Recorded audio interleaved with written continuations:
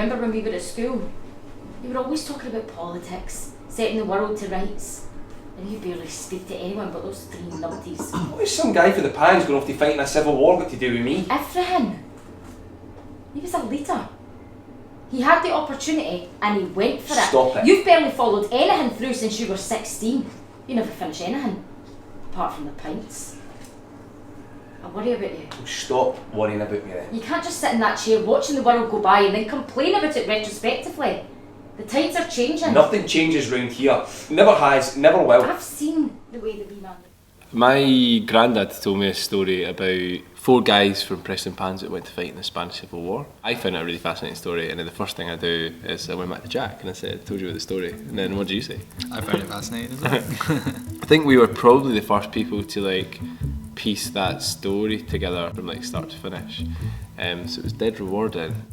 Once we'd kind of gathered all the personal stories and the history, we kind of crafted it all into one whole play, basically, and we shared that back to all the people that we'd met along the kind of 2-year research process that we'd done. Firstly, we did like a sort of 1 week run in Prestonpans Town Hall before transferring to the Citizens Theatre Circle Studio. We were totally bowled over because it sold out. Like it kind of sold out like a month before we even did a show. And then that run went really well. Then we took it on a kind of Scottish tour, and we did sort of town halls and studios and community centres across Scotland. And this time, the kind of vibe is that we're reimagining the show for main stages. To fight for what we believe in. Spain! Yeah, with your hoodies, pal. Spain, he's lost it. When we went in, the fascists were advancing at the time. The what? My mate for Prestonpans was badly wounded the day we were surrounded. What mate for Prestonpans? I must have got hit with the butt end of a rifle or something. What, tonight? We don't fight for medals. We fight for our beliefs. Fucking nutter, mate. So today is our first day of rehearsals for the show, and because we are dealing with a story of real kind of local significance, we thought that it would be a brilliant idea to bring the actors and creative team involved in making the show down to Prestonpans, where our story in the show starts.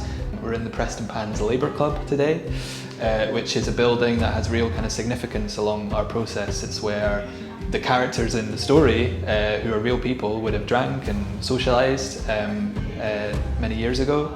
And it's also where we met some of the relatives involved in the story during our research process. We met them here for some drinks. And also a few years ago, when we had our very first draft of the script together, we had a rehearsed reading downstairs in their back room in front of all the people that we'd met along during the process. We've got Tam Waters and Ruth Dixon, so relatives of George and Bill, are coming in to chat to us basically, dead informally, about George and Bill basically. Printed and the daily work, so that, because that was the paper, most of them that went to Spain. Well, I'm Tam Waters, Geordie Waters' son, and the nephew of Willie Dixon, who fought and unfortunately died in Spain. It's like treasure, that's what I was saying to Robbie, the photographs and that, a lot of the photographs I've like collected through Tam sending me them and that, and they're just like treasure. My name's Ruth Dixon and I'm the granddaughter of Willie Dixon that fought in the Spanish Civil War. Every time he sends me a photo I'm like, oh my Ken, just beautiful, like, because I'm proud of them. Our Prime Minister shows no humanity. There is nothing that we've achieved in life that hasn't been through conflict or strikes. There will never come a time in life where working people say, I don't have to fight again. So basically where we're at in rehearsals at the moment is we've got a first draft of everything, the whole production so far. We've got a first version of it, and this week's all about bedding that in, pinning some choices down, that kind of thing, and getting the actors kind of more familiar and confident with the material basically.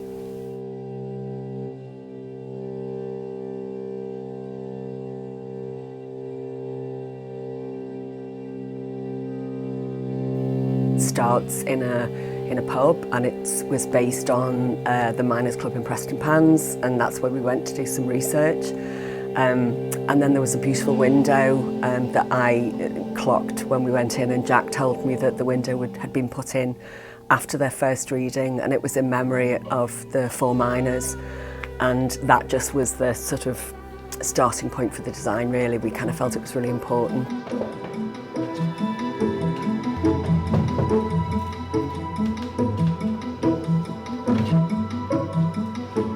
Pub goes from a pub to a bus, then it becomes a barricade, it becomes a prison, becomes a cinema, and then it goes back to the pub modern day. So in a sense it's the deconstruction and reconstruction of the pub, which is also in a sense a little bit of the deconstruction and reconstruction of the men that went out there and, you know, what they went through. So there's a kind of, if you see it, there's a balance between what happens to the men and the physicality of the environment around them.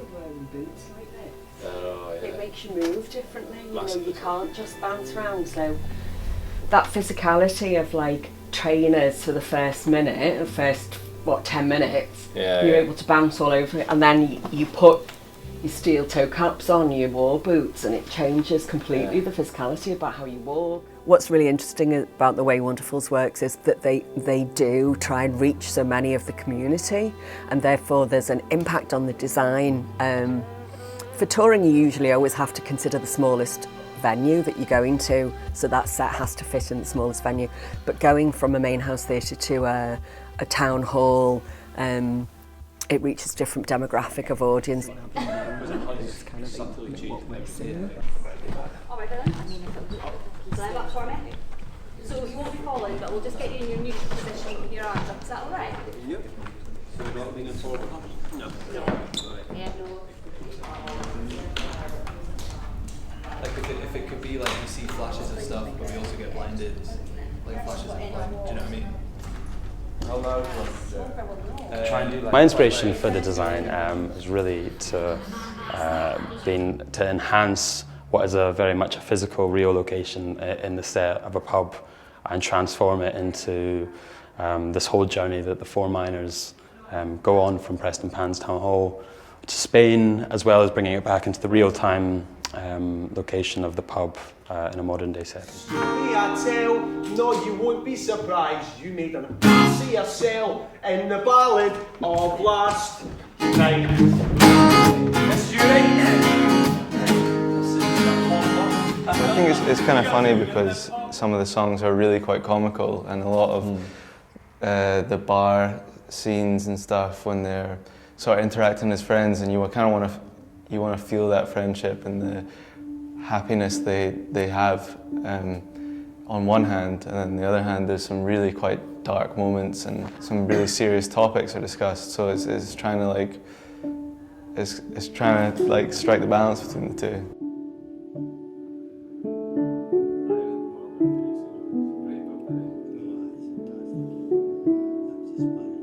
When Robbie was a small boy, Robbie was like everything else.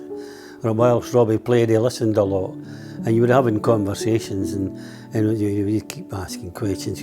What are you doing about the Spanish? So well, I said, well, it's a part of your heritage. You've got to listen to what your heritage is, so you can relate to other people. And that message should go out through the length and breadth of Scotland and even down south, because this is what we're doing. We're exactly in the 30s. And more young people should be more and more informed. And what happened in Spain was absolutely shocking. Well, imagine for people from Prestonpans, 4 young poor guys. I mean, in the 30s, you never got to Portobello, never mind got to Spain. So they got on a bus, and went up to the St Andrews Square, and must have got a train and ended up in the Pyrenees and going across the Pyrenees. Could you imagine it? Couldn't do that now, never mind. So are you going to see the play? Oh yes.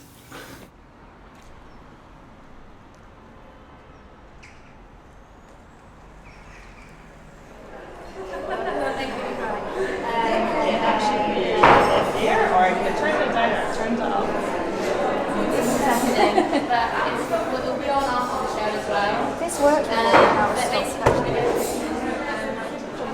We're happy with that. Well, that's what Pat and them did last night. But they all could. The play is almost like a mosaic in the sense of we have had these individual perspectives and stories all along the way, from the people in the community to the historians that we spoke to, and hopefully there's a real kind of joy in seeing like their one little bit of the story as part of a bigger whole. Really, like we sort of said the other day, it really takes a village to make a play, and particularly the plays that we make. So if everyone feels that they've contributed to that, then that's really exciting.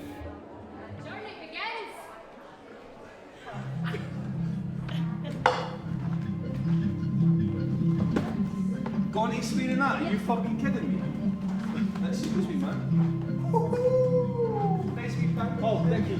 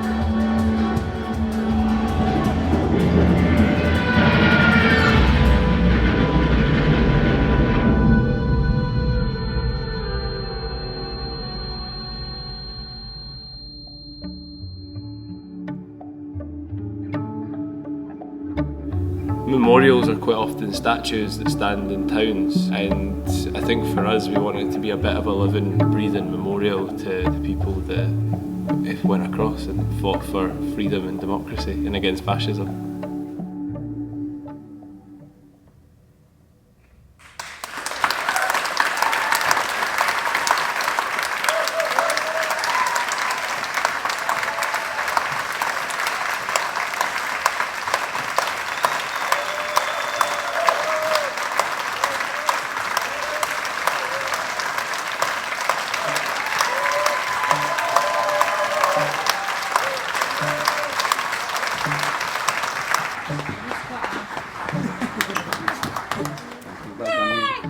Well done.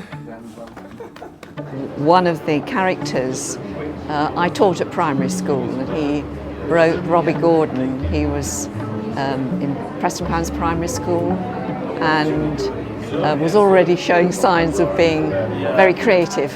I always think it's a great thing when you see like theatre or music or anything tell a story in something that I genuinely wouldn't have known anything about beforehand, and to have like the characters tell the story is such a great way to like give people information. It's quite relevant to today as well.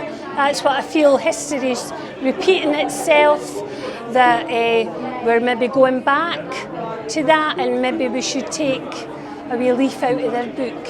I wished I had their conviction, really. I thought it was really good. It's the third time I've seen it, and I saw it when it was first shown in Prestonpans, and it's really come on, and it was very, very moving. And the reaction from the audience, I mean, I think we're all kind of feeling it at the moment. It's very poignant at the moment. You know, people are struggling. It was quite poignant for me, particularly because my granddad was there, and I'm very proud of him. And I never knew this growing up about my granddad. He never spoke about it. So, yeah, it's great to know about his life that I never. Yeah, I'm very proud of him. Very proud of him. We hoped it would be good, but it's exceeded our expectations. It's quite emotional at parts. It was a big lump in my throat. Even before that started, I was proud of my father and my Uncle Willie and what they did, and their friends, and I'm even more proud now. Another Tory government, it's 1936. Depression's rife within our streets, old Stanley's politics. Working burns at 10, and my house is derelict. I've only had one meal today, and I've got something to say. My streets express our fears, and chalk rebel with every word. The working class has had enough, we want our voices heard.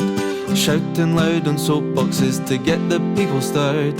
I've only had one meal today and I've got something to say.